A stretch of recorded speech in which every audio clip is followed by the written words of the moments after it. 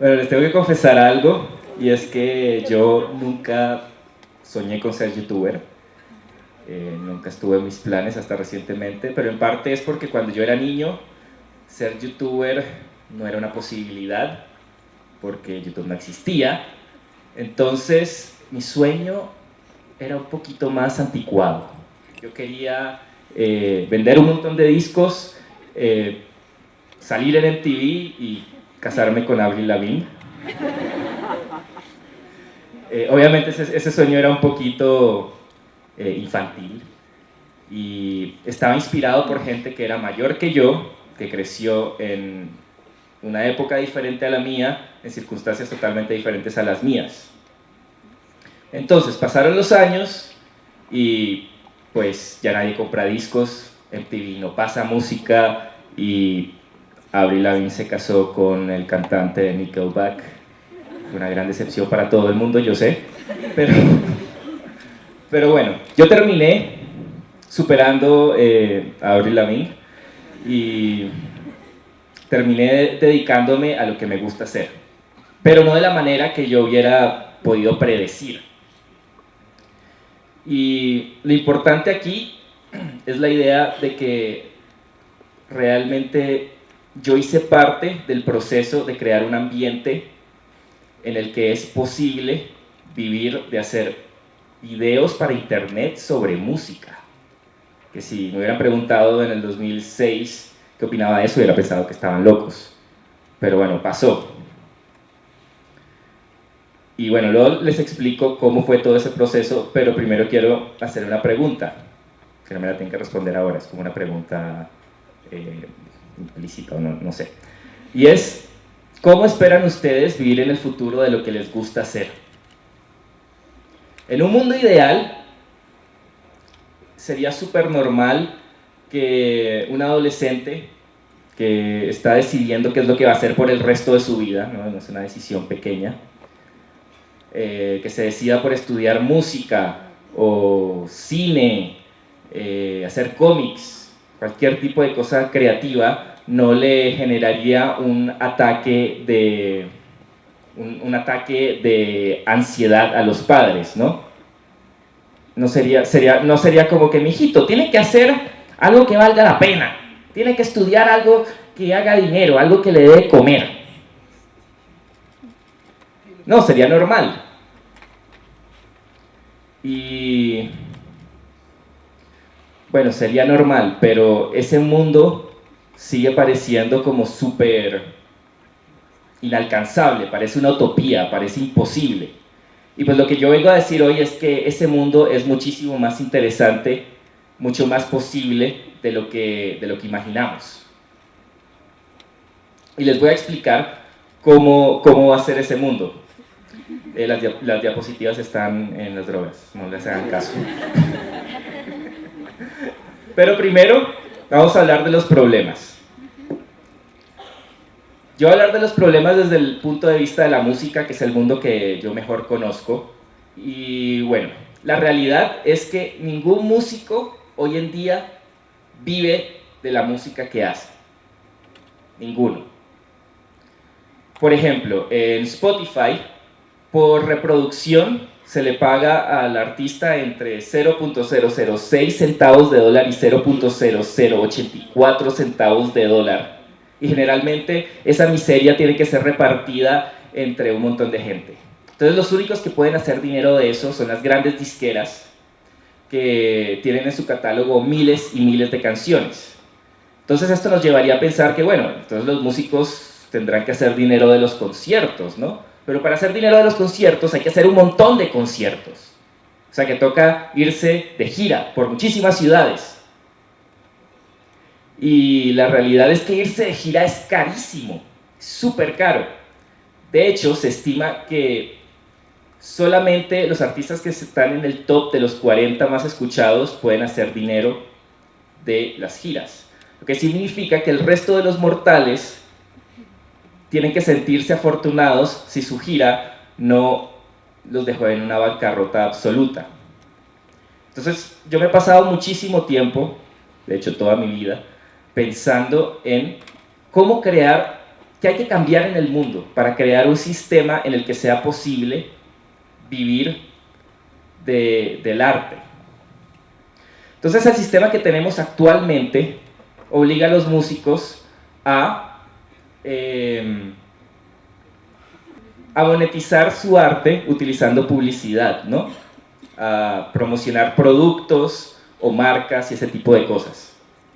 Lo que los mete en un mercado muy similar al de los influencers de internet.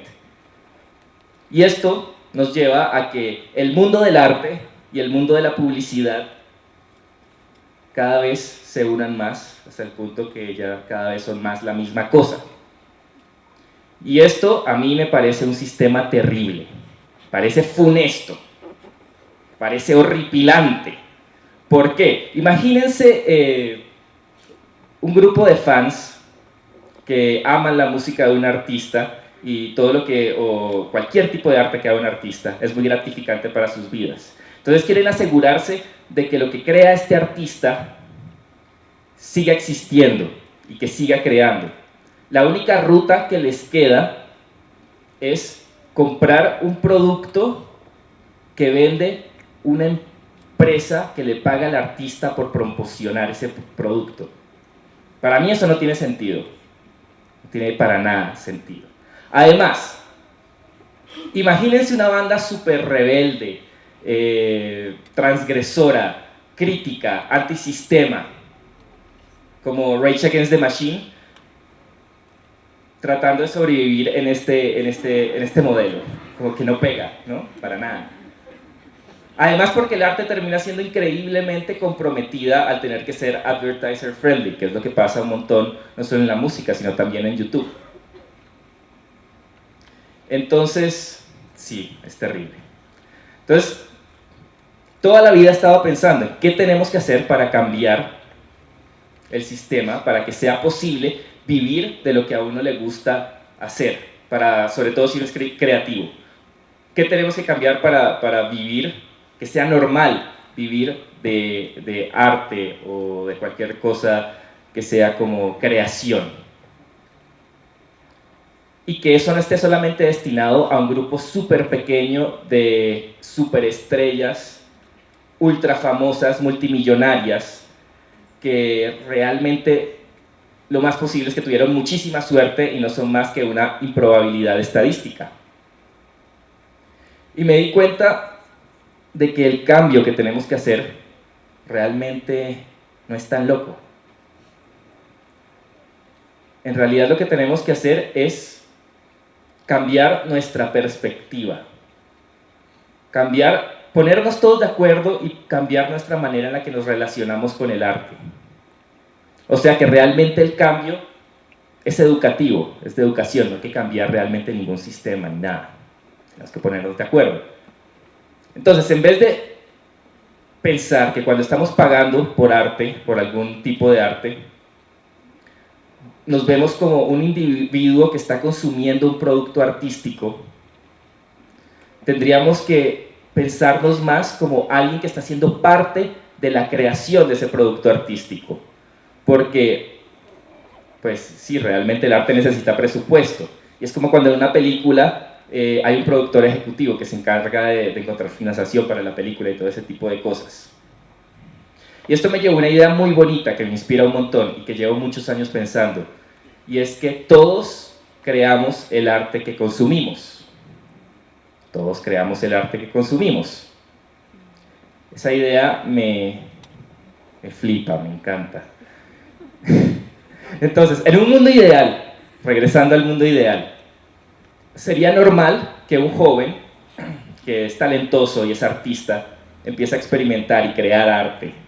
Eso haría que consiga unos cuantos fans, o sea, no se trata de ser una superestrella, consiga unos cuantos fans, los cuales tienen el interés de que esta persona continúe creando arte, porque lo que hace tiene un impacto muy positivo en sus vidas.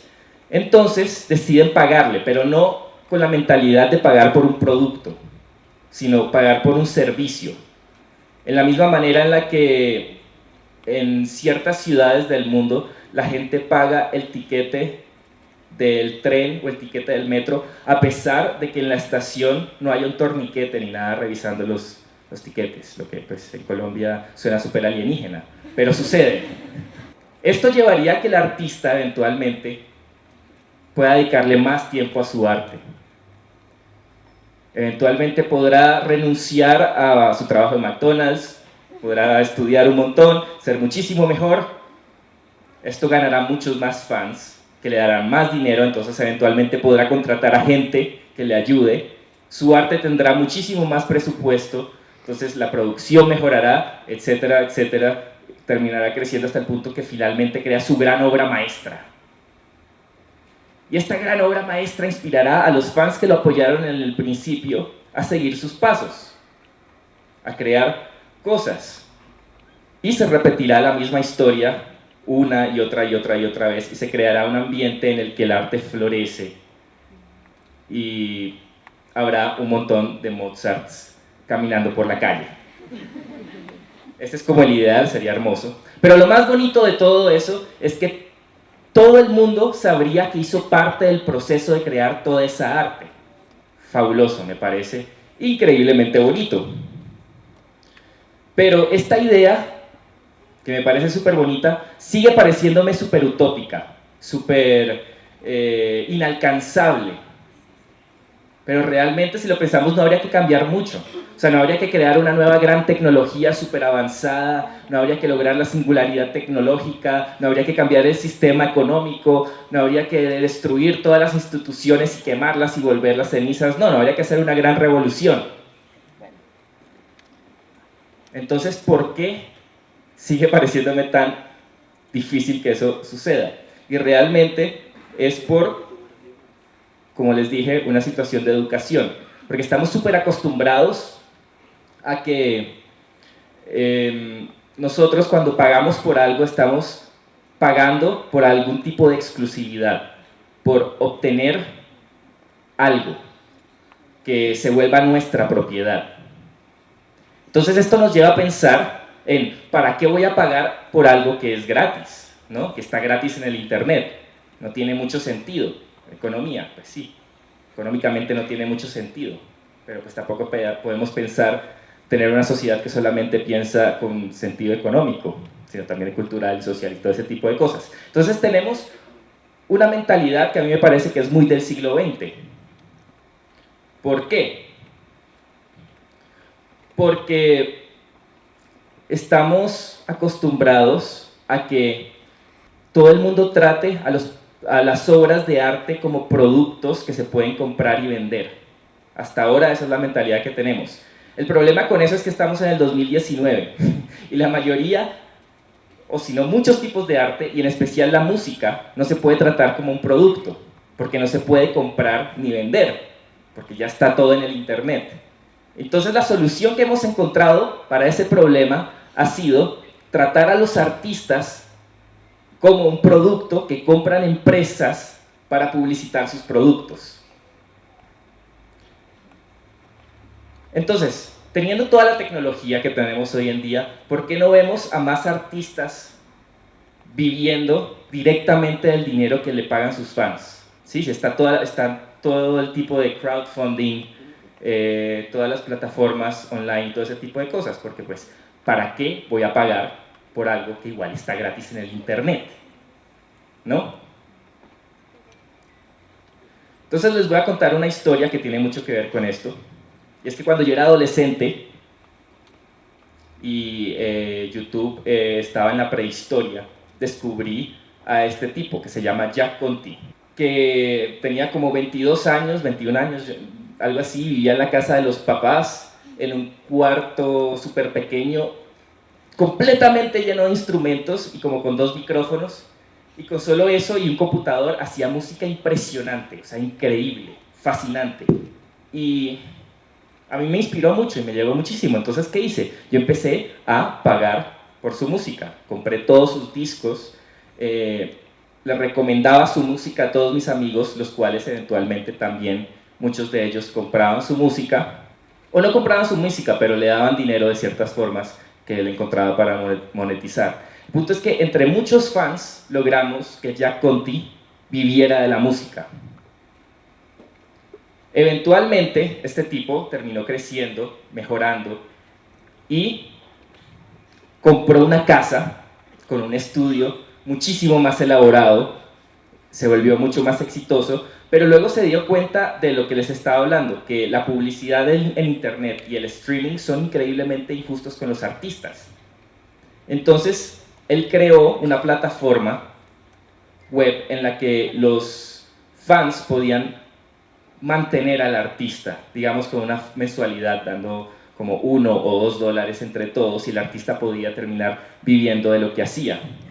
Y bueno, pasaron los años y yo me volví youtuber y me terminé dando cuenta de lo mismo, de lo injusto que era la publicidad en internet con los creadores de contenido, con lo poco que paga el streaming, todo ese tipo de cosas, y terminé usando la plataforma que él creó para poder monetizar mi trabajo.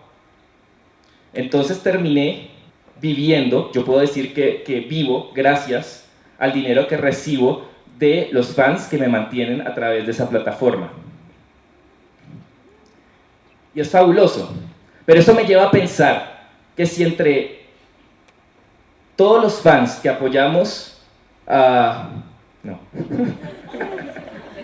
Y eso me lleva a pensar que si entre todos los fans que apoyamos a Jack Conte para que pudiera vivir de lo que hace, para eventualmente crear Patreon, si no lo hubiéramos hecho, él no hubiera creado Patreon, se hubiera tenido que dedicar a cualquier otra profesión y yo no hubiera podido vivir de lo que actualmente hago y probablemente estaría haciendo otra cosa. Entonces, eso significa para mí que yo hice parte de crear un ambiente en el que es posible vivir de crear videos para internet sobre música. Y eso a mí me parece muy bonito, me parece fabuloso. Entonces, regresando a la pregunta que hice al principio, ¿de qué van a vivir ustedes en el futuro? ¿Van a hacer lo que les gusta hacer? Y si quieren hacer eso, yo creo que este cambio de perspectiva que yo estoy proponiendo me recuerda muchísimo a una frase de Jaime Garzón, en el que decía que el problema de los colombianos es que no tenemos conciencia colectiva, tenemos una posición cómoda e individual ante la vida, el problema soy yo, me salvo yo, y el resto fríguese. Entonces, cuando estamos con esta historia que siempre se cuenta de, no sé, la persona que trabajó un montón toda su vida para lograr sus sueños y todo ese tipo de cosas, yo creo que no se trata tanto de cumplir mi sueño, porque el éxito individual depende muchísimo del éxito colectivo. O sea, en las sociedades más exitosas es más fácil ser exitoso, es como súper obvio, y los colombianos no somos así. Entonces, yo creo que si uno va a intentar vivir su sueño o crear su sueño, parte de la responsabilidad está en crear un mundo, ayudar a crear un mundo en el que cumplir ese sueño sea normal. Porque si seguimos con ese cuento de tratar de ser uno de los pocos afortunados, superestrellas, multimillonarios, realmente le estamos apuntando a tratar de ser parte de una improbabilidad estadística, porque toda esta gente tuvo muchísima suerte, y no importa cuánto trabajes, muchísima gente no lo va a lograr, porque también se trata de suerte. Entonces, seguir viviendo esa cosa, se trata de dejarle el futuro de uno a la suerte, y eso a mí me parece un pésimo plan, muy pésimo plan. Entonces, lo que yo propongo es todo lo contrario, y por eso yo digo que pagar por arte es crear arte. Muchas gracias.